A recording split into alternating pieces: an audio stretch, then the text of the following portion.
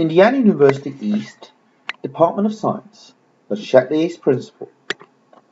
The Chatelier's principle states that for reactions at equilibrium, if we do something to change what's going on in the equilibrium, it will basically push back. It will respond in such a way as to counteract the disturbance and establish a new equilibrium. So what are we using this for? This is used to predict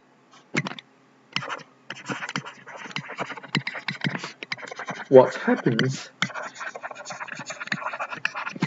when we have a reaction at equilibrium. So we have to have a reversible reaction and we have to reach equilibrium, and we want to predict what happens if we change what's going on there. Add something, remove something, or change the temperature.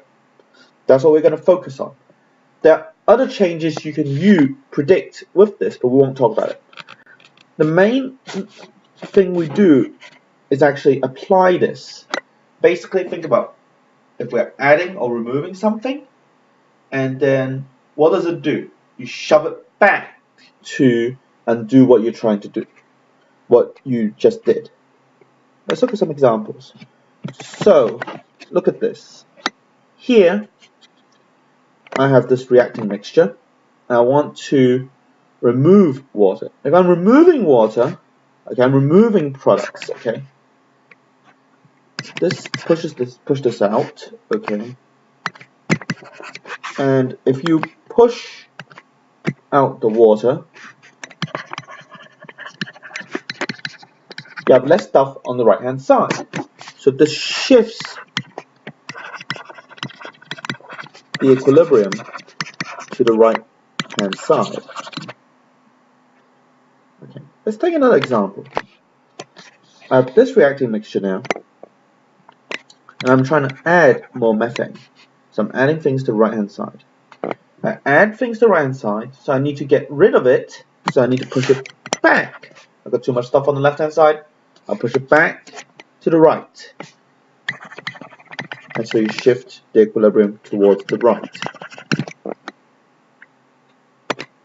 For temperature effects, we can consider it very similarly by adding in heat explicitly as a reactant or product.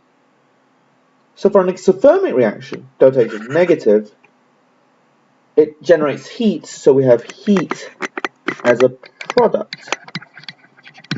Okay, so when I increase the temperature, I'm adding heat, which means I'm adding in a product.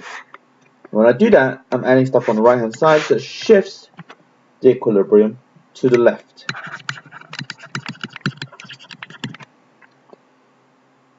Okay.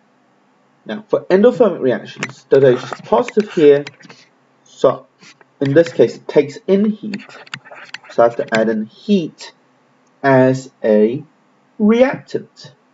So when I increase the temperature, I add heat, and so the equilibrium shifts towards the right. Conversely, if I decrease the temperature, I'm just removing heat, and so the equilibrium shifts to the left.